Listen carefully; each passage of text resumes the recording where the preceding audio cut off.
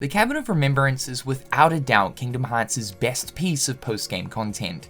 It's interesting because since then it seems that the concept of this has never been replicated, an additional extra dungeon and new area to explore that utilizes endgame mechanics with extra hard enemies, ones that are harder than any you've faced before, with a boss gauntlet at the end. Birth by Sleep had the secret episode which took Aqua through the Realm of Darkness, and Kingdom Hearts 3 had one additional new area via the Remind DLC, which added onto Scala and added harder enemies than the ones found in worlds with high battle levels. But both of these pieces of post-game content are separate from the main game, requiring the use of a separate save file for Birth by Sleep and a segmented load feature for Kingdom Hearts 3. As I've previously explained, this was my biggest hope for Kingdom Hearts 3, to get a true expanded Scala that works in the same fashion as the Cavern of Remembrance, a true new wide open area to explore that requires you to be of a high level, have good gear, and test your experience with the combat and mechanics thus far,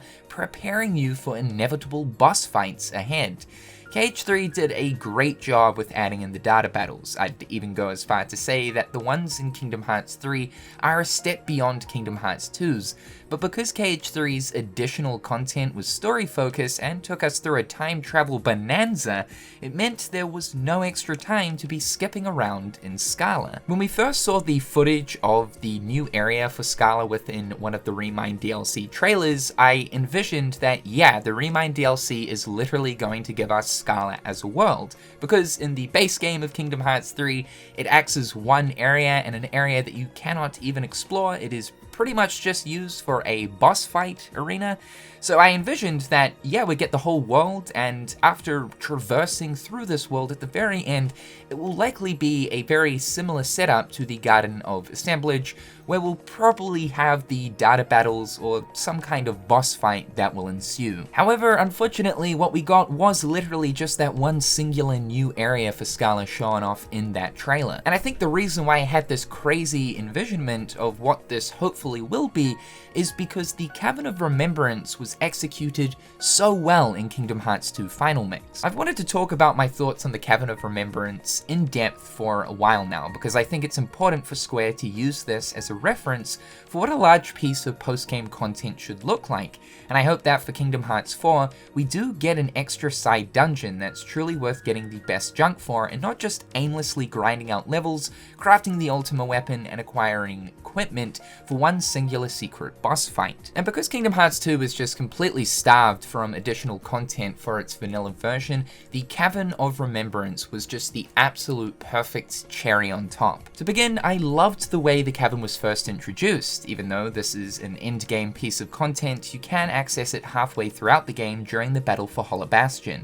During this invasion, a hole is blown into the side of the castle, and we get a cutscene that shows Riku, Yuna, and Pain flying out of it. For most who never experienced Final Mix growing up, seeing this cutscene for the very first time was incredibly exciting. Now, the thing is, while you can delve into the cavern early on, it's most certainly not recommended to go in there until after you've wrapped up the main story, as it's advised to be over level 50, and also progressing through this new area is impossible without having glide, high jump, aerial dodge, and quick run growth abilities from leveling up your drive forms. The enemies found here are new variations of Heartless you've come across before from visiting different worlds. They have exclusive color palettes that are different from the new Final Mix ones, and are more aggressive than their regular counterparts. The Cavern color palettes are also really cool, probably my preferred for most of the Heartless that appear here, and their names have also been changed too. These new versions can only be found in the Cavern. Later on, when you get to the Transport to Remembrance area, you'll come across all of the different types of nobodies you've faced, but these are slightly stronger compared to the ones you find in the world that never was. While progressing through the cavern, the way forward will be sealed off, and you'll be thrown into waves of either Heartless or Nobodies that you'll have to clear before pressing onwards. The final stretch before the Garden of Assemblage has you stopped 3 times to fight vicious waves of Nobodies, and unless you come prepared, this can be tough. What I liked most about the Cavern is that it tests everything you've learned so far by requiring the growth abilities and for you to be combat ready. And also too, crafting the ultimate weapon is like one of those end game Kingdom Hearts bucket list things.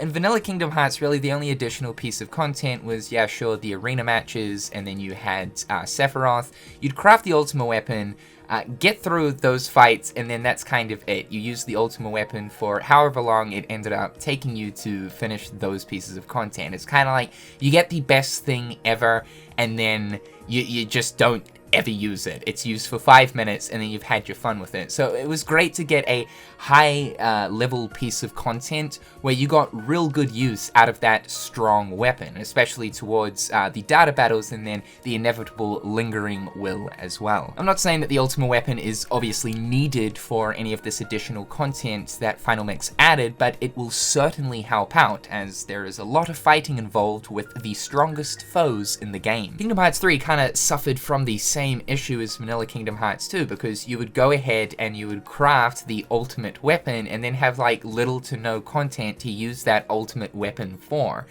rendering it kind of useless, and the only real satisfaction you get was through just simply obtaining it. And the same really can be said for like Kingdom Hearts Dream Drop Distance. The only additional combat content there is Julius. This was also an issue in Kingdom Hearts 1 as well, not really having too much extra content to use the ultimate weapon for, and then same again in Birth by Sleep. You would get it when completing all of the Mirage Arena.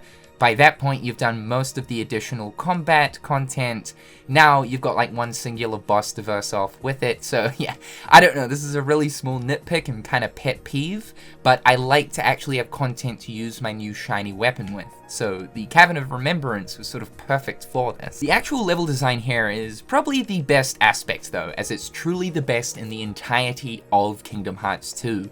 Kingdom Hearts 1 incorporated platforming into its worlds, and even though a lot of the time this would be quite awkward due to stiff controls and maneuverability for platforming, it made for the worlds to be a little bit more fun, interesting, and overall engaging compared to the worlds of Kingdom Hearts 2. While KH2 improved on every single gameplay aspect, in my opinion, the world design fell a bit short compared to KH1. Most of the worlds kind of felt like themed hallways with no real platforming, exploration, or verticality in them, and were all very linear. The Cavern of Remembrance, however, seemed to solve this issue, requiring the use of the growth abilities in order to traverse it, and it was because of this that allowed Square to develop a really fun area to explore. It is 100% night and day difference when you compare the layout of the Cavern of Remembrance to any of the other playable spaces throughout KH2. In the entrance area known as the Depths, there's great verticality requiring high jump and aerial dodge to traverse it, with hidden chests placed on high up platforms. Going through the mineshaft area to backtrack into the entrance will lead you to a loose piece of rock that you're able to destroy in order to create a shortcut. Actual world interaction. This was something that KH1 did really well. In most of the worlds there were unique things you could interact with, like the sea urchins in Atlantica you could blow up to make a shortcut, or the stove in Deep Jungle to make items. For Kingdom Hearts 2, this was basically non-existent. Pressing forward from this area, you'd be in the lower portion of the engine room, where you'd come across 3 valves that you'd have to activate simultaneously to activate the mining equipment to open up a blocked path. Again, this is world interaction, and it was great to see how it could work in KH2. I look at the design of the Cavern and envision what the rest of the worlds would have been like if Square took the same approach in the beginning when developing the worlds for the game. Aside from high jump being needed to explore the first area, you're also needed to have quick run, aerial dodge, and glide to traverse the rest. In the mineshaft, there's cleverly placed obstacles where the necessary growth ability would have to be used. For quick runs, there's a tunnel with no floor. For aerial dodge, there's a perfectly placed group of pipes blocking the way, meaning you have to fall under them, then aerial dodge up to the platform, and at the very top of the mineshaft, you'd have to perform glide to reach the final area. I liked this because the level was designed with these abilities in mind, and meant that you were required to level up each drive form to at least level 5, so that you would have the level 3 version of that growth ability while in the drive form. All of this made for a much more memorable experience experience when it came to exploration compared to any of the other worlds in the game. The visual design of the cavern is also very cool too, and has this unsettling, mysterious, but somehow at the same time peaceful vibe to it. I think its peaceful feeling mainly stems from the music of this area, which is simply impeccable. It's one of the best pieces of music in the entire Kingdom Hearts series.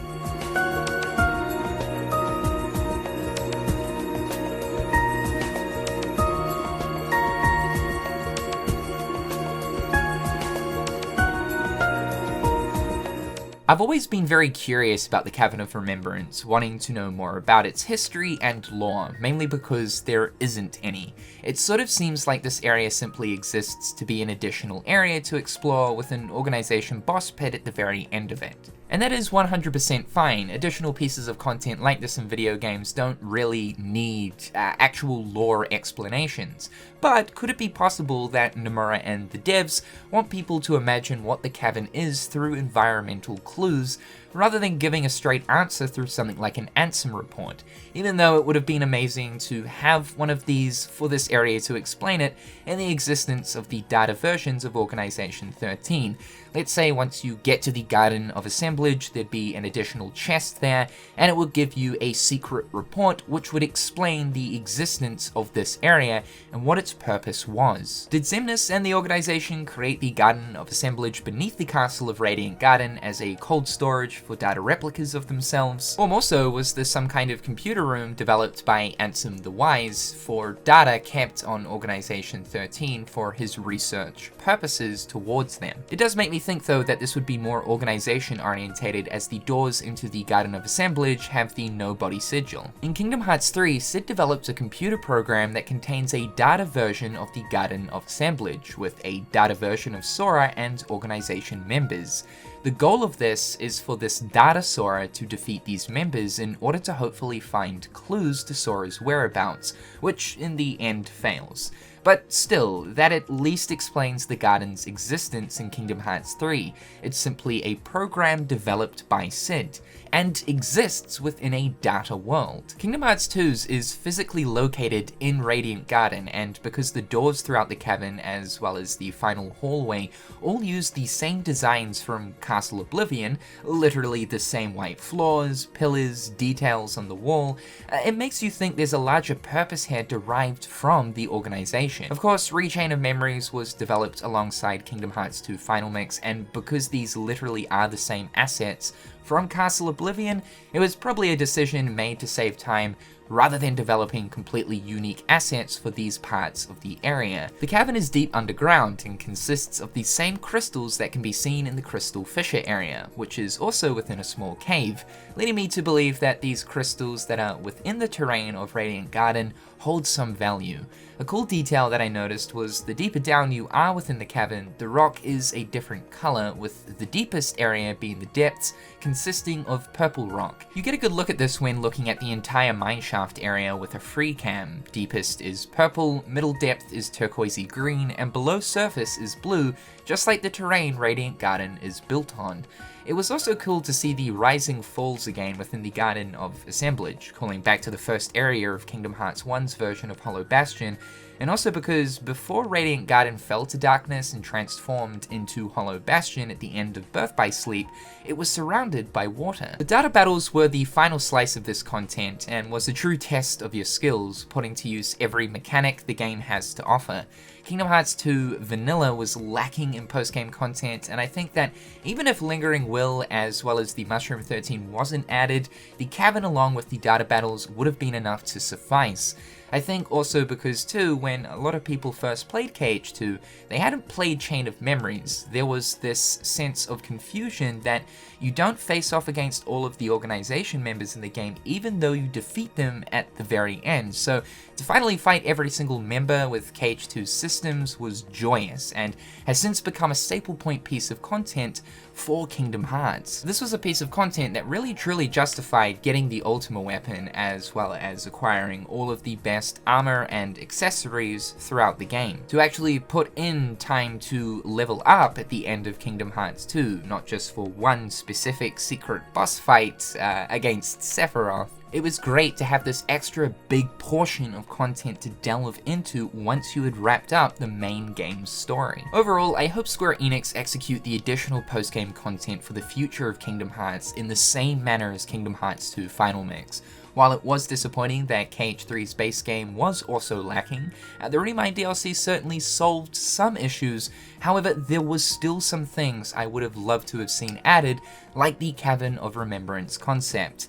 Much feedback was given towards KH3, and it's clear that Square Enix are very open to constructive criticism. So here's hoping that Kingdom Hearts 4 can knock Kingdom Hearts 2 off the first place podium for best post-game content so far. However guys, that is all for today. I'd love to hear your thoughts and opinions about the Cavern of Remembrance in the comment section down below. Especially if you guys do have some interesting ideas on potential lore surrounding this area. I'd love to hear it. However guys, that's all for today, and I'll catch you real soon. Peace.